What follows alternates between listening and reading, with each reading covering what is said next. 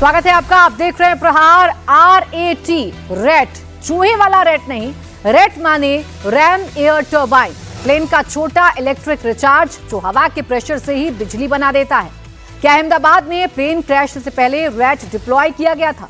क्या प्लेन का electric system fail हुआ था या दोनों इंजन फेल हो गए थे? अहमदाबाद प्लेन क्रैश के सबसे नए वीडियो से एक बहुत बड़ा खुलासा हुआ है। ब्लैक बॉक्स और वॉइस रिकॉर्डर में क्या क्या रिकॉर्ड है उसके डिटेल अभी सामने नहीं आए हैं, लेकिन 19 सेकंड के वीडियो ने बहुत बड़ा क्लू दे दिया है। आसमान में छोटा टरबाइन चला तो प्लेन की बत्ती जली थी। और क्या क्या हुआ था, पूरी डिटेल इस रिपोर्ट में दिखाते हैं।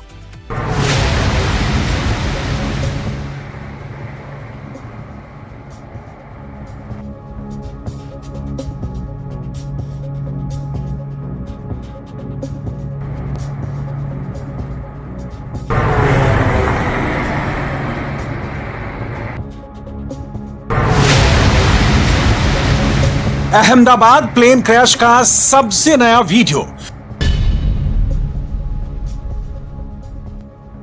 प्लेन क्रैश पर सबसे नया खुलासा। एक नहीं, दो नहीं, चार सबूत मिल गए। सबसे पहले ये वीडियो पूरा देखिए। एयर इंडिया के बोइंग 787 ड्रीमलाइनर प्लेन क्रैश का ये सबसे ऑथेंटिक वीडियो है। 19 सेकंड के इस वीडियो में ही प्लेन क्रैश के राज छिपे हैं। इसमें वीडियो भी है, क्रैश का ऑडियो भी है।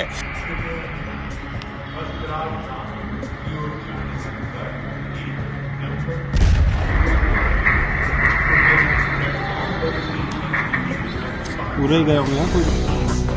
दुनिया भर में बोइंग 787 ड्रीमलाइनर का यह पहला मेजर क्रैश है। इसलिए इस क्रैश के राज जानने के लिए भारत ही नहीं बल्कि दुनिया भर की एयर सेफ्टी एजेंसियां लगी हुई हैं। एक एक सबूत को टेलीस्कोप और माइक्रोस्कोप लगाकर देखा जा रहा है।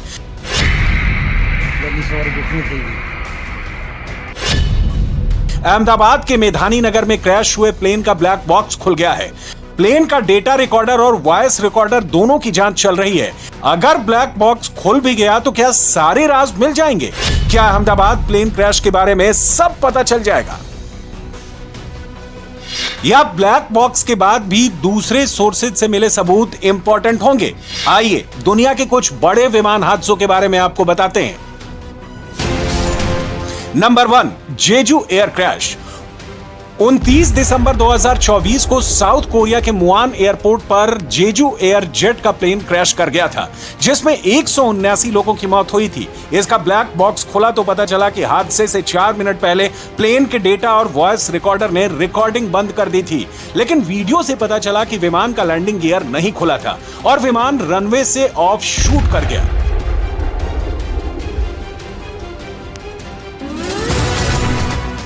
Number 2, Kathmandu crash.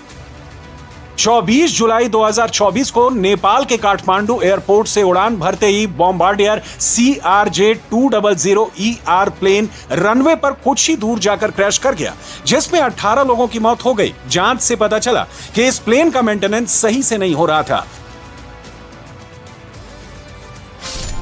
Number 3, miracle on the Hudson. 2009 में मिरेकल ऑन द हडसन हुआ था। पक्षियों के टकराने से यूएस एयरबेस के एयरबस 320 के दोनों इंजन फेल हो गए, तो पायलट ने प्लेन को हडसन नदी में उतार दिया और सभी 155 मुसाफिरों की जान बचा ली थी। लेकिन हर बार ऐसे मिरेकल नहीं होते। Number 4, Charkhi Dadri crash 1996। भारत का सबसे भीषण विमान हादसा 12 नवंबर 1996 को हरियाणा के चरखी दादरी में हुआ था। सऊदी अरब एयरलाइंस और कजाकिस्तान एयरलाइंस के विमान हवा में ही टकरा गए थे।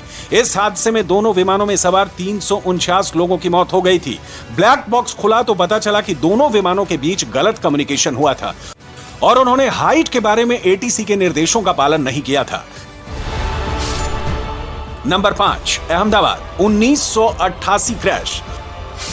19 अक्टूबर 1988 को इंडियन एयरलाइंस का बोइंग 737 विमान अहमदाबाद के पास हादसे का शिकार हो गया था, जिसमें 133 लोगों की मौत हो गई थी।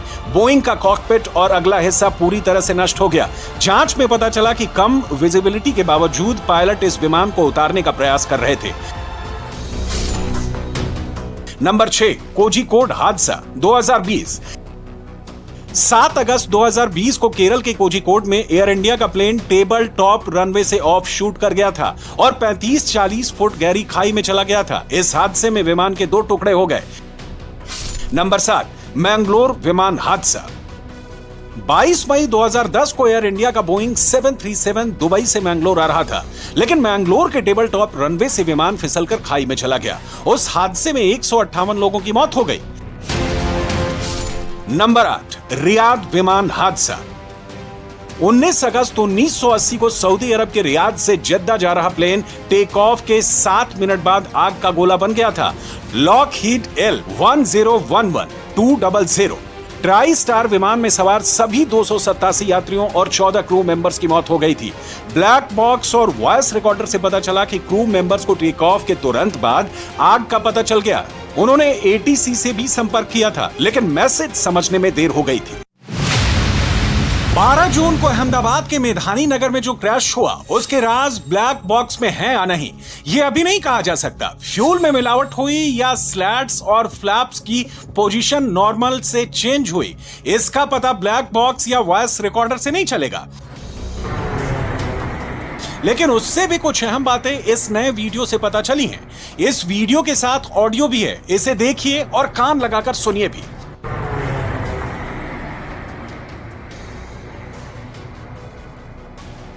इस वीडियो में इंजन की आवाज के अलावा एक साउंड है जो हवा को चीरती हुई सी आती है। वो साउंड इस छोटे से मशीन का है, वो है रैट।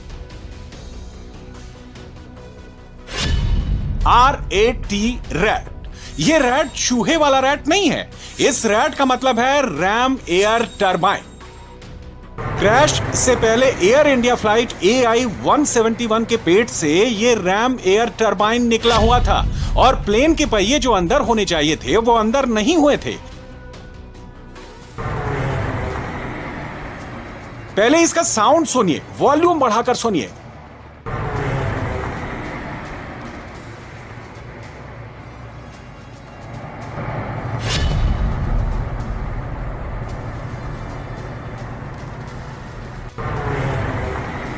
ये नया वीडियो देखने के बाद बहुत से एविएशन एक्सपर्ट रैट के बारे में बात कर रहे हैं। क्या होता है रैट?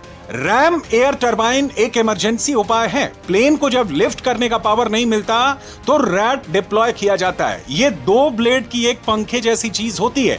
रैट डिप्लॉय करने से विमान को थोड़ा थ्रस्ट मिलता है। रैट डिप्लॉय करने से पायलट को प्लेन कंट्रोल करने में मदद मिलती है। रैट प्लेन को नीचे आने से रोकता है।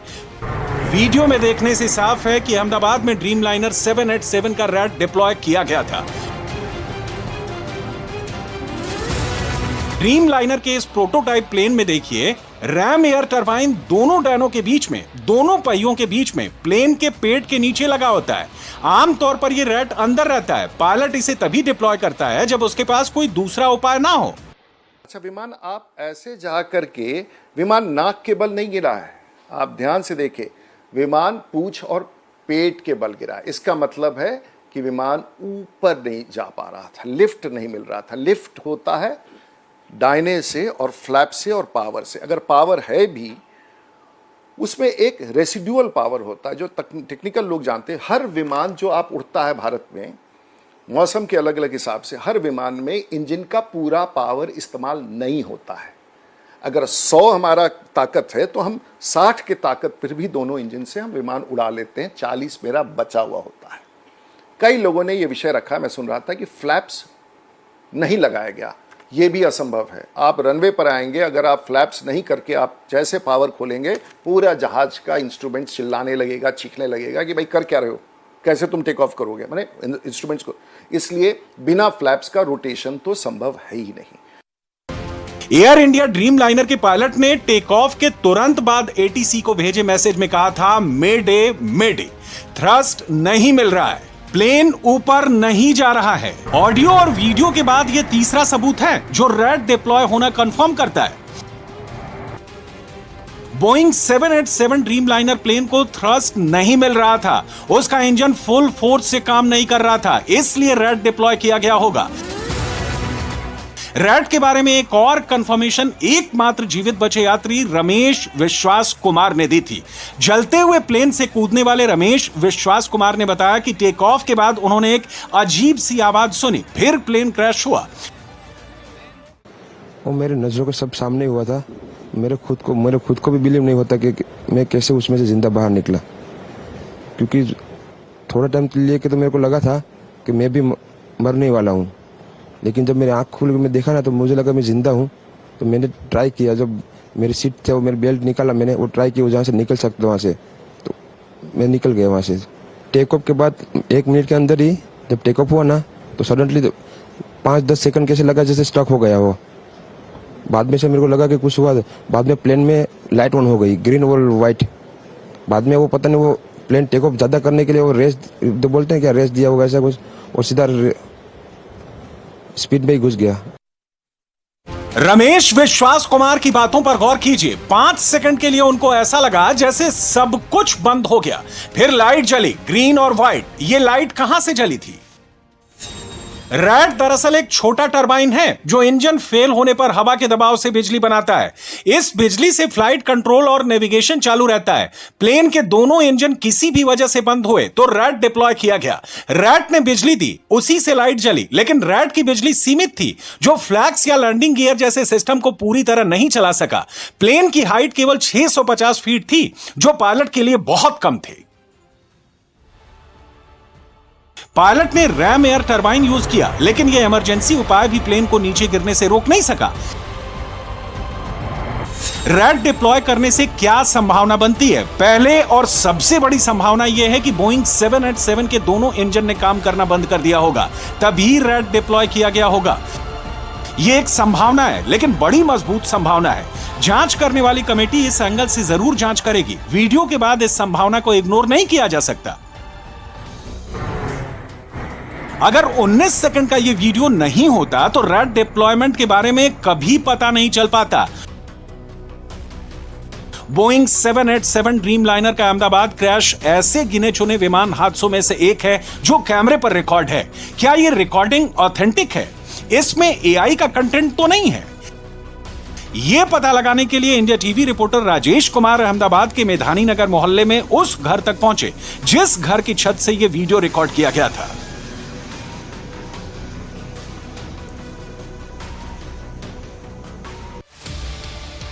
अहमदाबाद प्लेन क्रैश का वीडियो 17 साल के आर्यन अंसारी ने बनाया था। आर्यन गुजरात के अरावली जिले के कंटोल गांव में रहकर 12वीं की पढ़ाई करता है।